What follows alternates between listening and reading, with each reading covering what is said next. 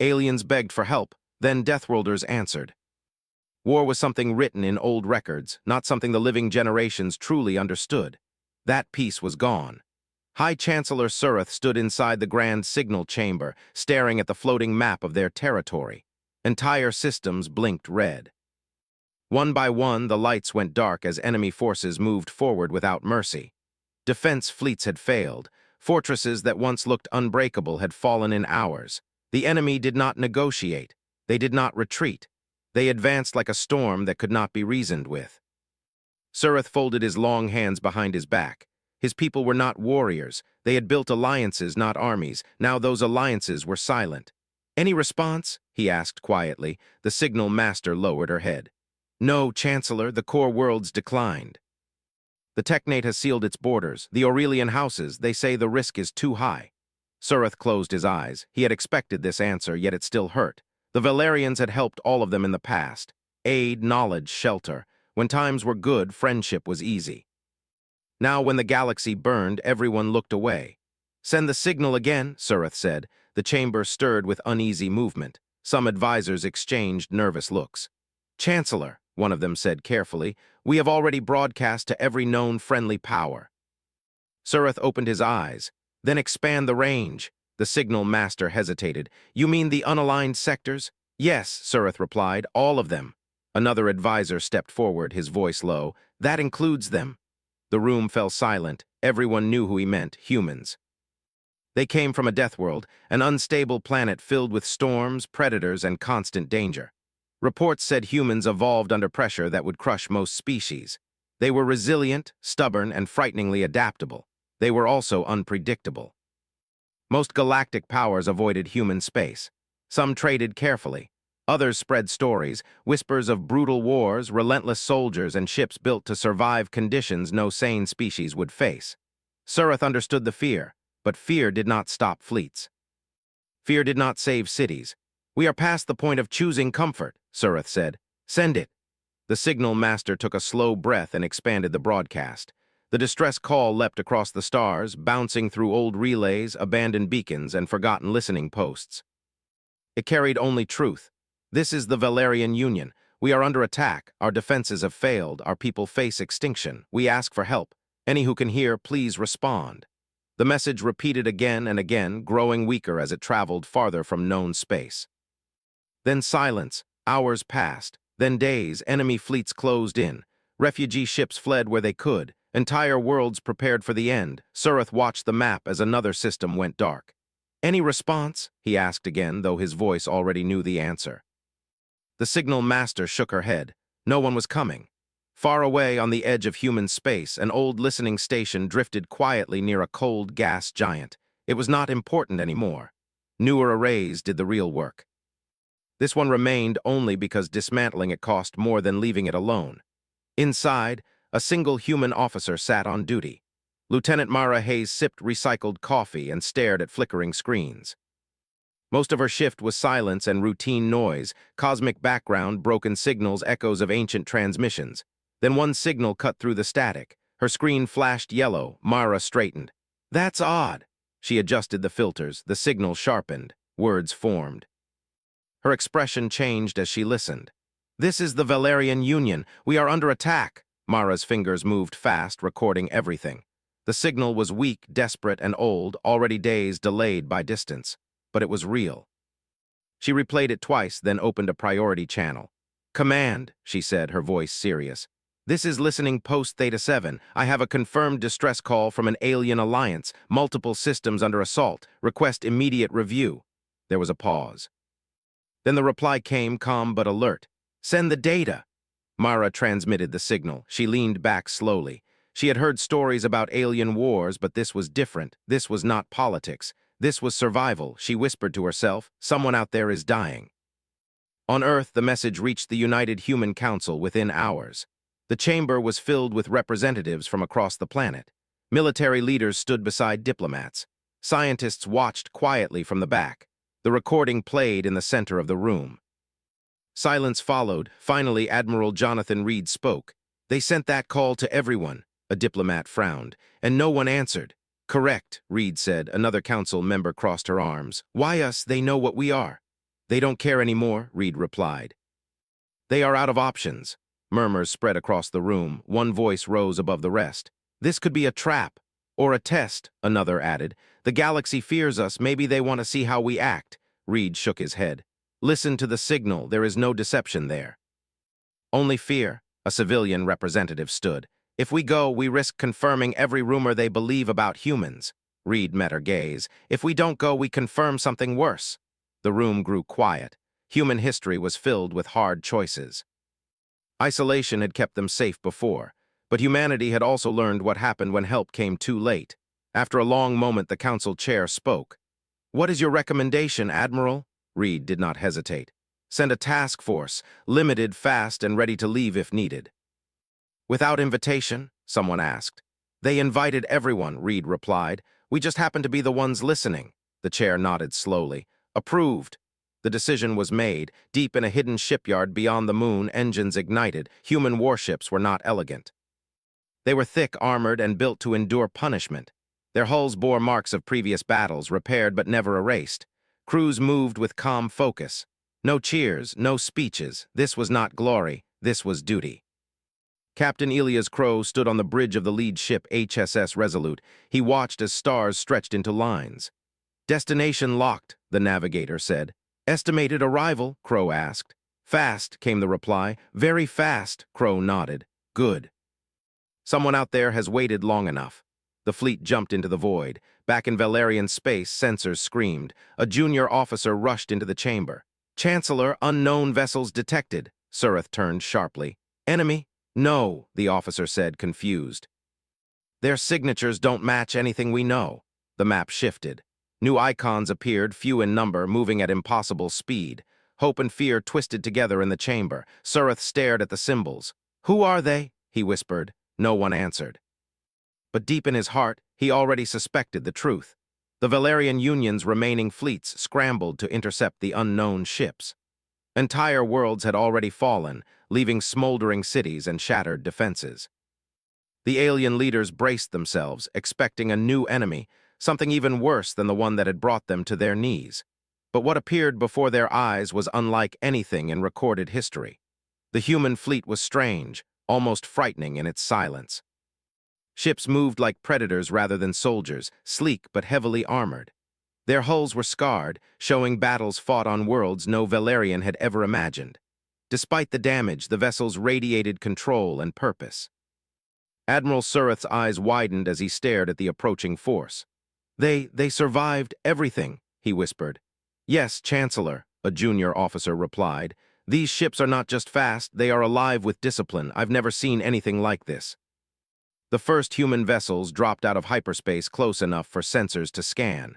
The aliens detected weapons, but they were restrained. Humans did not fire blindly. They did not rush forward without calculation. Instead, they seemed to study the battlefield, reading it like a living map. Are they helping us? The officer asked. Surith shook his head. I don't know, but I pray they are. On board the lead human ship, Captain Elias Crow observed the alien fleets carefully. Communications were minimal. Humans rarely spoke over open channels, preferring silent coordination. Every crew member moved like a single organism, each aware of the other's actions without a word. We are approaching the first system, the navigator said.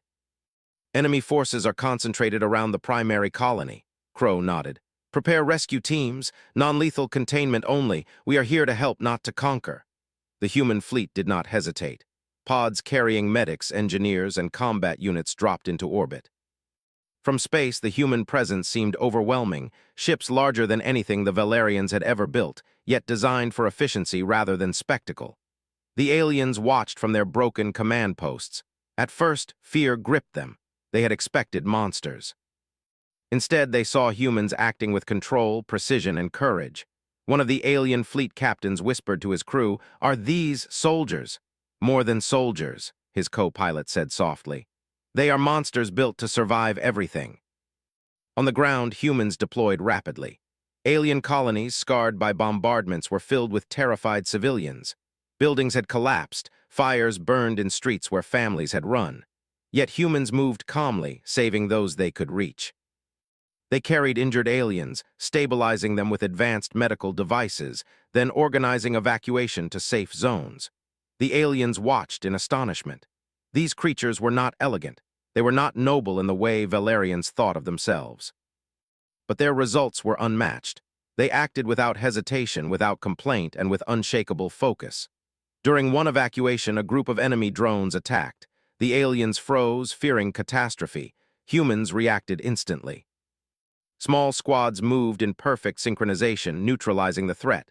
Not a single civilian was harmed. Not a single human hesitated. Surith's communicator buzzed. "Chancellor," the officer said, voice trembling. They are holding the line. "We thought we would lose this city. Now," Surith looked at the glowing screens showing humans in action.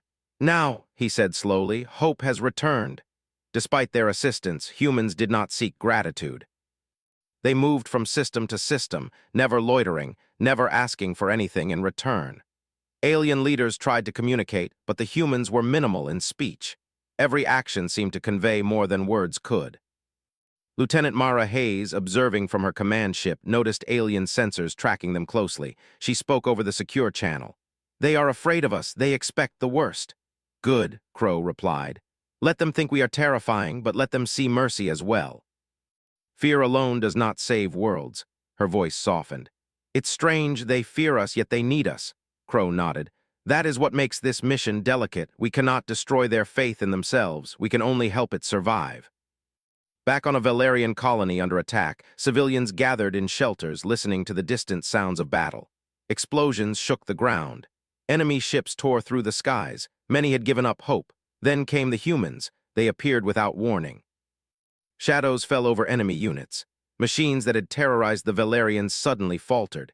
Enemy commanders could not understand the humans. They moved too fast, anticipated too much. A small alien child, hiding behind the ruins of her home, watched from a crack in the wall. Humans arrived silently, rescuing survivors without asking questions. She saw them take care of the elderly, help the wounded, and protect the weak. The child whispered to herself, They are not like anyone I have ever seen." Her mother held her tightly. "I don't know who they are," she said, "but they are saving us." The enemy noticed too late. They underestimated the humans. Every strike humans made was precise. Every maneuver anticipated counterattacks. They were not reckless. They were not invincible. But they were terrifyingly effective. In one skirmish, a small human squad was surrounded. Alien soldiers expected them to fall instantly. Instead, the humans held their ground, turning the ambush into a trap for the attackers. Enemy units were neutralized, their retreat cut off. Not one human soldier fell. The aliens watching could only gape in disbelief. Captain Crow's voice was calm over the channel. "Hold your line, stay with the civilians, they are your priority." "Captain," Mara said, "we may be overexposed. Enemy reinforcements are moving in." Crow's expression did not change. "Then we adjust, always adjust. That is what keeps us alive." As the humans continued their operations, alien leaders began to see a pattern. Humans did not just fight, they observed, learned, and adapted. They were terrifying not because of their weapons, but because of their minds. Every action was deliberate, every move calculated. High Chancellor Surith finally understood what he had been witnessing. Humans were not monsters. They were not unpredictable in the sense the galaxy feared. They were survivors forged by a harsh world, tempered by challenges no other species endured. "They are teaching us," Surith said quietly to his aides. "Not with words, with actions. They show us what courage looks like under impossible odds." One of the aides shook her head. "We thought we were doomed, and now I feel hope." Surith smiled faintly, though exhaustion weighed on him. "Yes, hope. For the first time in many days, hope is real." Night fell across the Valerian colonies, though night was relative in the orbital cities. Fires still burned in some regions, but humans patrolled relentlessly, their presence a shield. Enemy forces, once confident, now hesitated. They could not predict human movements. Every encounter turned against them. In a quiet moment, Crow walked along the deck of his ship. He looked at the stars and wondered how many civilizations had suffered silently, hoping for help that never came. The humans were not perfect, but they were willing. That made all the difference. Mara joined him. "Do you think they will trust us?" she asked. Crow shook his head slowly. "Trust takes time. They fear us now, but by the end of this war they will understand. Fear is easy to inspire. Respect takes courage." Mara nodded. And they have it. Crow allowed himself a small smile. Yes, they have it. And if we can teach them to fight alongside us, this enemy will learn something they never expected. Humans do not give up. Humans do not surrender. Humans survive at any cost. By the end of the second day, human forces had turned the tide in multiple small sectors. Entire alien fleets that had been on the brink of collapse were now reorganizing under human direction. The once silent Valerian commanders began sending their own ships into coordinated action, guided by the human strategies. From every destroyed colony, survivors began to emerge. They had seen humans act when all hope seemed gone. They had seen courage in flesh and steel. And they began to believe that survival was possible. The first spark of trust ignited. High Chancellor Surith, observing from his seat, whispered to himself, "Perhaps the stories were wrong. Perhaps these Deathworlders are something else entirely." Somewhere in the darkness of space, the humans prepared for the next wave of enemy attacks. They had not come to conquer, they had come to help. And in doing so, they had become the monsters the galaxy feared, but the heroes the galaxy desperately needed. The battle was far from over. The enemy had retreated from the first wave, but was already regrouping, stronger and more determined than before. Entire systems were still under threat, and the Valerian Union's fleets were battered, exhausted, and unsure. But humans did not hesitate. Where aliens hesitated, humans moved. Where aliens feared, humans acted. Captain Elias Crow watched the next sector approach. The stars were scattered with broken ships, debris, and smoke trails, yet human ships glided among them with calm precision. "We have a new assignment," said Lieutenant Myra Hayes, pointing to the holographic map. "Multiple colonies are surrounded." "The enemy intends to finish what they started," Crow nodded. "We divide small strike teams for each colony. Evacuation first, defense second. Protect life at all costs." Myra frowned slightly. "Do you think they will listen to us?" Crow allowed a faint smile. "They don't have to. They already follow us. Actions speak louder than words." On one of the colonies, a Valerian fleet captain named Terran was overwhelmed. His ships had barely survived the enemy ambush, and survivors were scattered across the system. Panic was spreading among his crews. Then human vessels arrived. Terran could barely believe his sensors. These ships, smaller than most Valerian flagships but faster and harder to track, moved like shadows.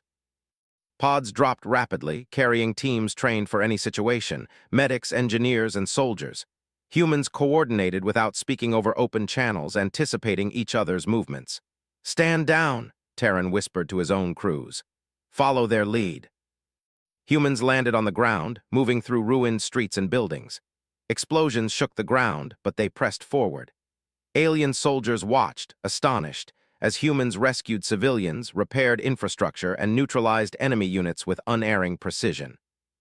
One human squad leader, Lieutenant Anakuro, crouched behind a crumbling wall. Enemy drones advanced, firing indiscriminately. Without hesitation, Anna and her squad moved. Their motions were coordinated, almost instinctual. In seconds, the drones were destroyed.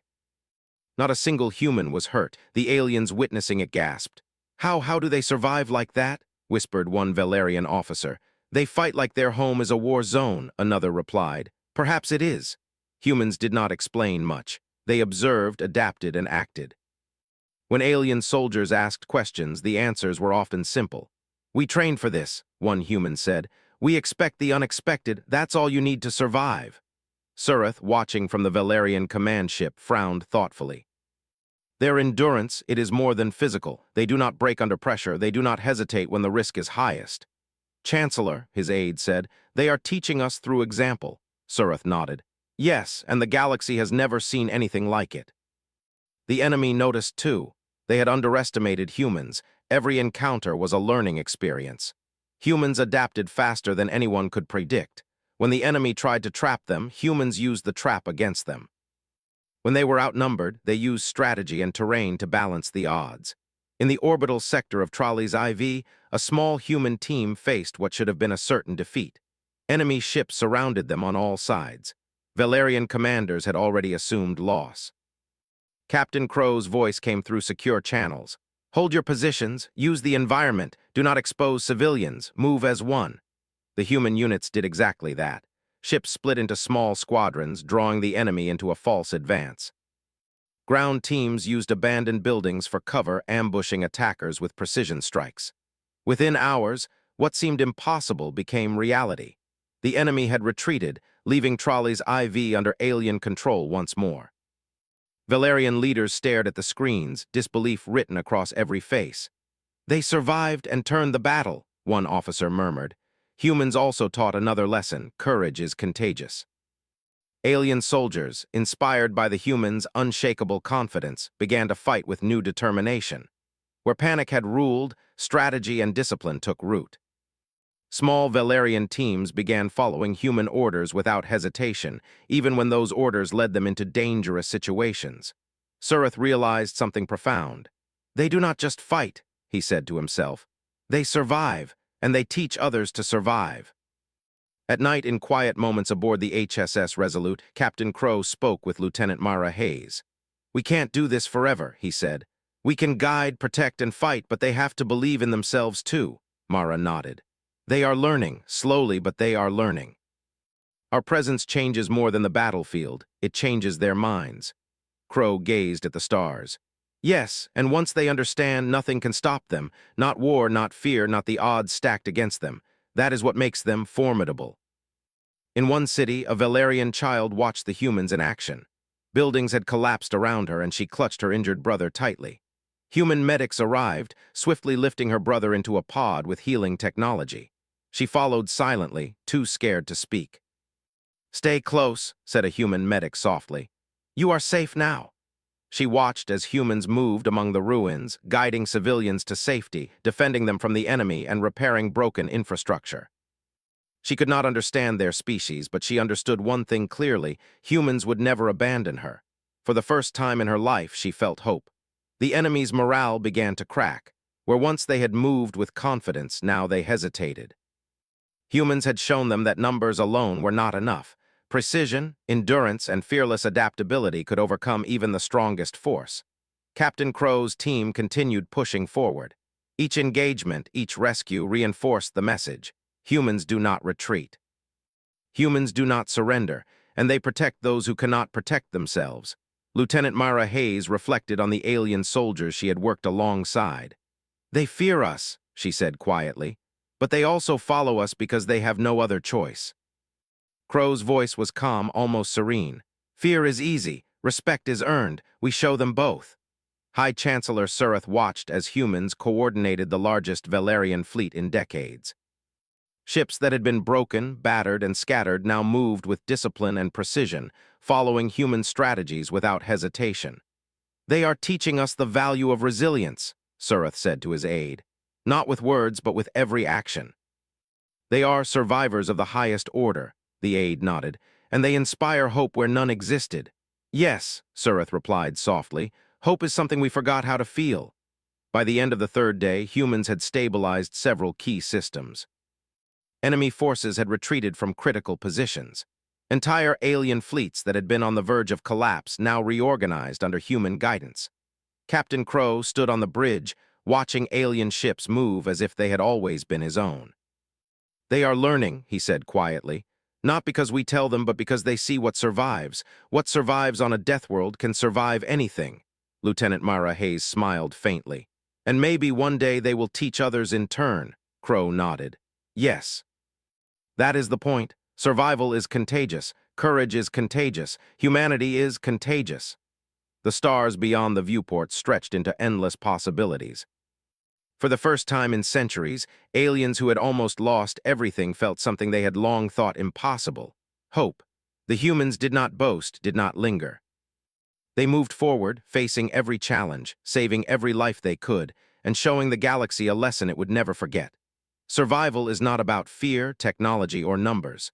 Survival is about will, adaptability, and courage. And in every alien heart that watched them, a new truth began to grow. If humans were involved, survival was possible. The enemy had thought they could finish the Valerian Union once and for all. They believed the surviving fleets were weak, disorganized, and desperate. But humans had arrived, and with them came a force no one had truly anticipated. Captain Elias Crow stood on the bridge of the HSS Resolute, staring at the stars ahead. Sensors showed enemy ships massing near the trolley's Velar corridor. Their numbers were massive, far beyond anything the aliens could hope to face, but humans did not flinch. Lieutenant Mara Hayes pointed at the tactical map.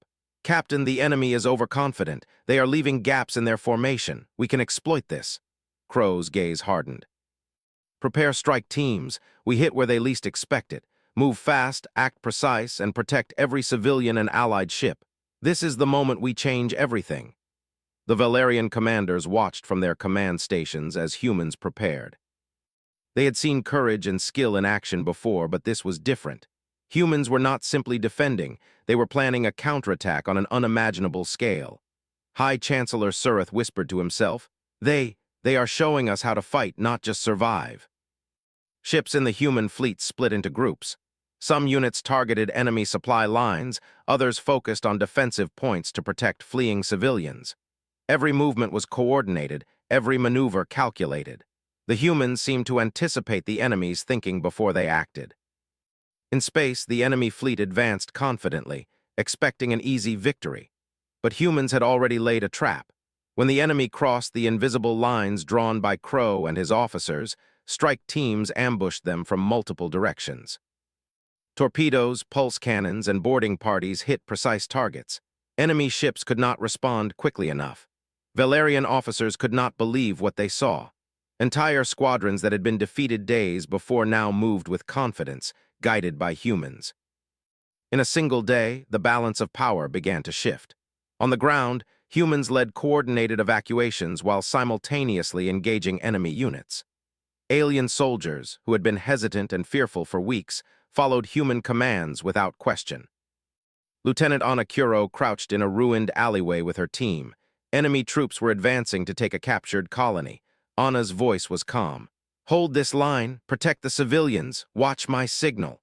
Humans did exactly what she commanded. When Anna raised her hand, coordinated attacks neutralized the enemy in seconds. Alien soldiers stared in awe. "We could never have done that on our own," one said quietly. Anna nodded. "You can now, you just need to watch and learn." By the end of the first day, human-led operations had turned several key systems around. Entire enemy fleets were forced to retreat or face destruction.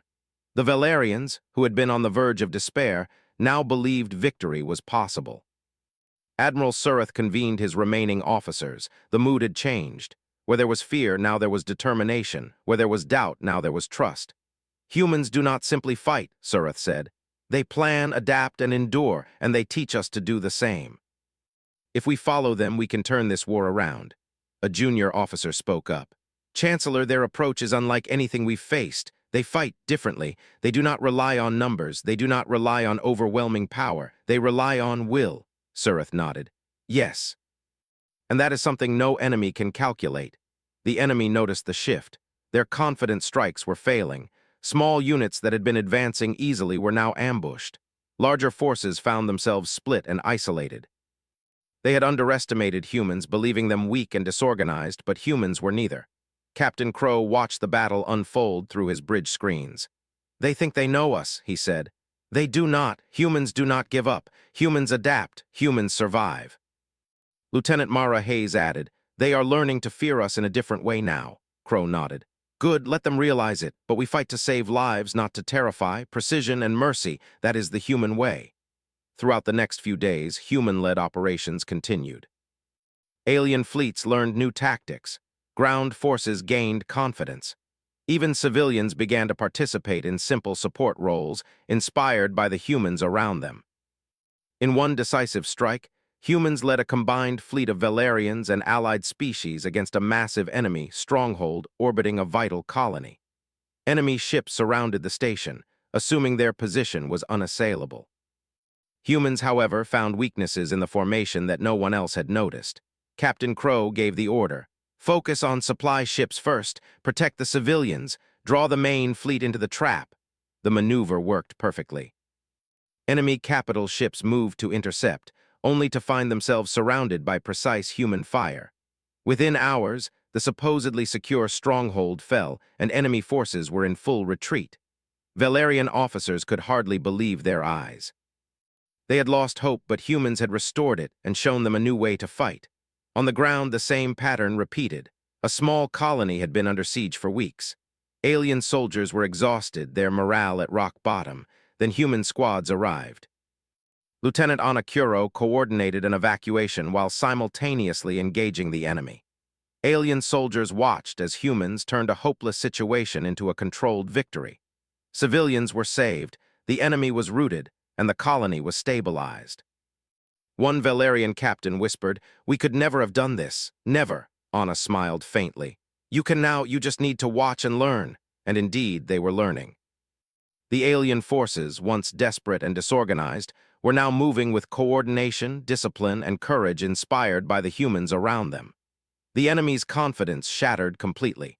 Where they had expected a quick victory, they now faced a force they could not predict. Numbers were meaningless against humans who adapted faster, anticipated every move, and survived impossible odds. Captain Crow addressed his crew quietly. "Remember, we do not fight to destroy, we fight to protect. That is what makes us stronger than they ever expected."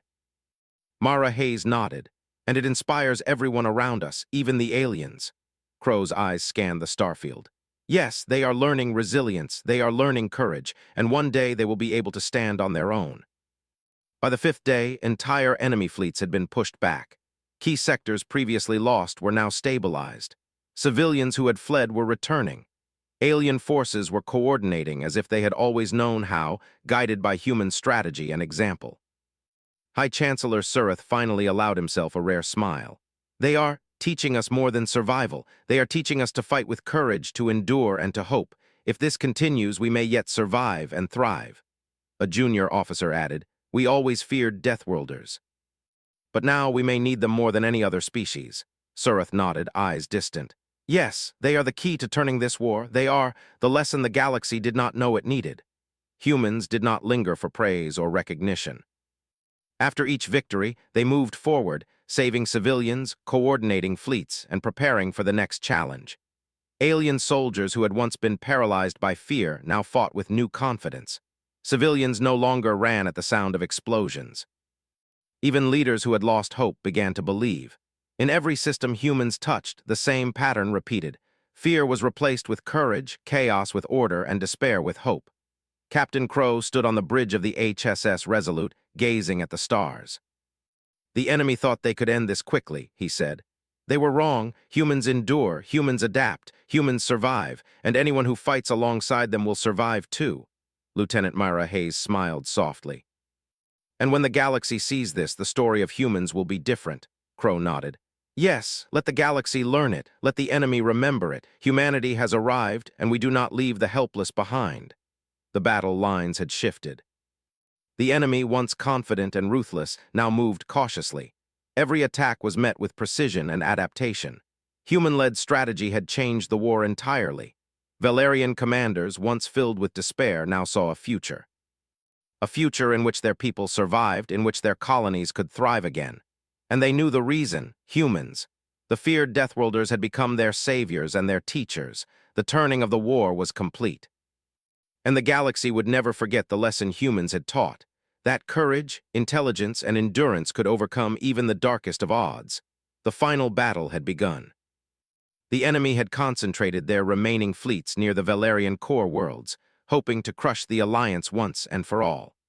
They believed that if they could destroy the capital systems, the Valerians would surrender, and the galaxy would fall under their control. But humans were already there. Captain Elias Crow stood on the bridge of the HSS Resolute, his eyes scanning the stars. Hundreds of enemy ships moved in formation, confident and brutal. Their weapons glinted in the distance, and their intentions were clear: annihilation. "Captain," Lieutenant Mara Hayes said, pointing at the tactical map, "their formation is strong but rigid. They leave gaps that can be exploited. Timing will be critical." Crow nodded. "We exploit those gaps, protect civilians first, strike decisively, and adapt as needed. The moment we hesitate, we fail. Remember, precision is stronger than force." Humans were ready. They had learned from every battle, adapted to every enemy tactic, and trained for every situation.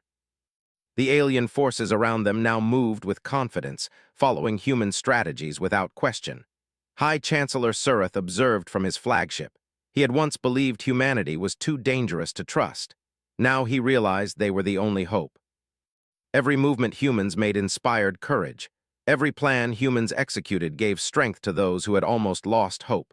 The battle began with a silent warning. Human ships slipped between enemy lines, striking at weak points. Their attacks were calculated, each one saving as many civilians and allied ships as possible. Valerian commanders could hardly keep up with the speed of the human operations. On the ground, human squads coordinated evacuations while engaging enemy troops. Lieutenant Anna Kuro led her team through destroyed city streets, directing alien soldiers and protecting civilians. "Keep moving," she ordered. "Cover each other. The enemy cannot predict us." Alien soldiers followed. Where panic had once ruled, now there was focus. Where despair had once ruled, now there was determination. Humans were not just fighting, they were teaching. "Do you think they will survive?" a young Valerian soldier asked quietly. Anna looked at him calmly. "They already are." The enemy responded with overwhelming force, sending fleets and ground units to crush human-led operations. But humans had anticipated this. Strike teams moved like shadows, using the terrain and the stars to their advantage. Boarding parties disabled enemy ships from within, while human pilots used precise maneuvers to cut off reinforcements. Captain Crow's voice came over secure channels. "Remember, protect life. Adapt as needed. Strike where the enemy is weakest, and always keep the bigger picture in mind." The humans followed his commands perfectly, and so did the Valerians. Entire enemy formations that had been confident and brutal were now trapped, unable to retreat. High Chancellor Surith whispered to himself, "They are unstoppable, not because of weapons, but because of will." Hours passed. The enemy fleets began to collapse. Ships that had once terrorized entire systems were now retreating in confusion. Ground forces, seeing humans hold the line, surrendered or fled. The humans showed no cruelty, only skill and mercy.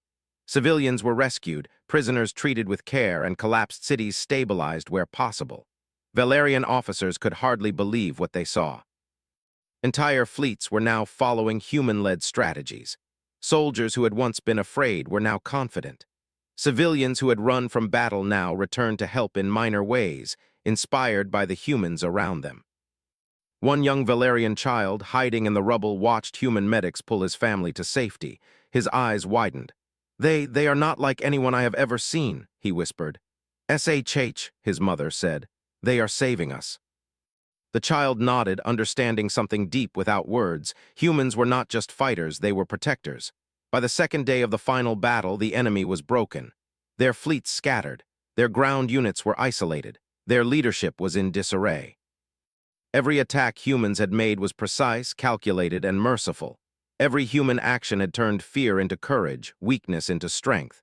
Captain Crow spoke quietly to Lieutenant Mara Hayes. "They thought we would crush them. They thought we were monsters." "But monsters protect, not destroy. That is why we endure," Mara nodded. "And why they follow us. They trust what we show them, not what we say." Crow smiled faintly. "Exactly. Fear is easy. Respect, courage, and hope, those are earned, and the galaxy is learning it now." As the enemy fled, humans moved among the survivors. Ships delivered supplies, healed the wounded, and helped rebuild damaged infrastructure. Colonies that had been lost for weeks were restored. Where Valerians had once despaired, hope now blossomed. High Chancellor Surith watched the human fleet prepare to depart. "They could stay," he said quietly to his aide. "They could command the galaxy if they wished, and yet they leave after helping us survive." The aide shook his head. "It is almost unbelievable." "They are not here for glory, not for conquest, only to save lives." Surith nodded. "Yes, that is the lesson we must remember. That is why the galaxy must know the truth about humans." The enemy's last stronghold fell soon after, their retreat complete. They had underestimated humans and paid the price. But humans did not gloat. They did not celebrate victories in pomp or ceremony. They organized evacuations, rebuilt infrastructure, and ensured the safety of all survivors. Valerian leaders gathered to thank them, though words seemed insufficient. High Chancellor Surith approached Captain Crow personally. "You have saved us when all hope was gone," Surith said. "We feared your kind, and yet we owe everything to you." Crow shook his head. "We feared nothing. We only did what was right. You saved yourselves too by following what we showed. The courage was always within you." Surith smiled, though his eyes were filled with emotion. "Then let the galaxy remember this day. Let it remember that humans fight to protect, not to dominate." That humanity stands for survival and hope. Before departing, humans helped train surviving Valerian soldiers and coordinated the reorganization of fleets. They left behind plans, strategies, and guidance for future conflicts. Their presence had not only saved lives, but transformed the way Valerians would fight forever. Captain Crow and Lieutenant Mara Hayes watched the Valerian fleets move with newfound confidence. "They will be ready if this ever happens again," Mara said. Crow nodded. "Yes, but so will the galaxy. Humans are not conquerors, we are protectors. And when we answer the call, the universe learns something important. Help can come when all seems lost." As the humans jumped back into hyperspace, leaving Valerian space behind, alien civilians and soldiers alike watched in awe. Stories of Deathworlders, once filled with fear and mistrust, would now carry a new meaning. Humans were not invincible, they were resilient. Not merciless, they were compassionate. Not unpredictable, they were adaptable beyond measure. High Chancellor Surath addressed his people. "We once feared the humans, we once doubted them. Now we see the truth. They are our saviors, our teachers, and our allies. The galaxy must know it. When humans come, hope comes with them." In the streets of the restored colonies, children looked up at the stars, imagining humans racing through the void to save them. One child whispered, "If humans are out there, then we are never alone." And across the galaxy, the story of the Deathworlders changed forever. No longer were they feared as unknown monsters. Now they were remembered as heroes who answered a call for help when all others turned away. The galaxy had learned the truth. Humans endure, humans adapt, humans protect, and humans will always answer when life calls for them. The stars were calm again, but now they were filled with hope. And somewhere far away in human space, Captain Crow and Lieutenant Mara Hayes prepared for the next call, because humanity never turns away.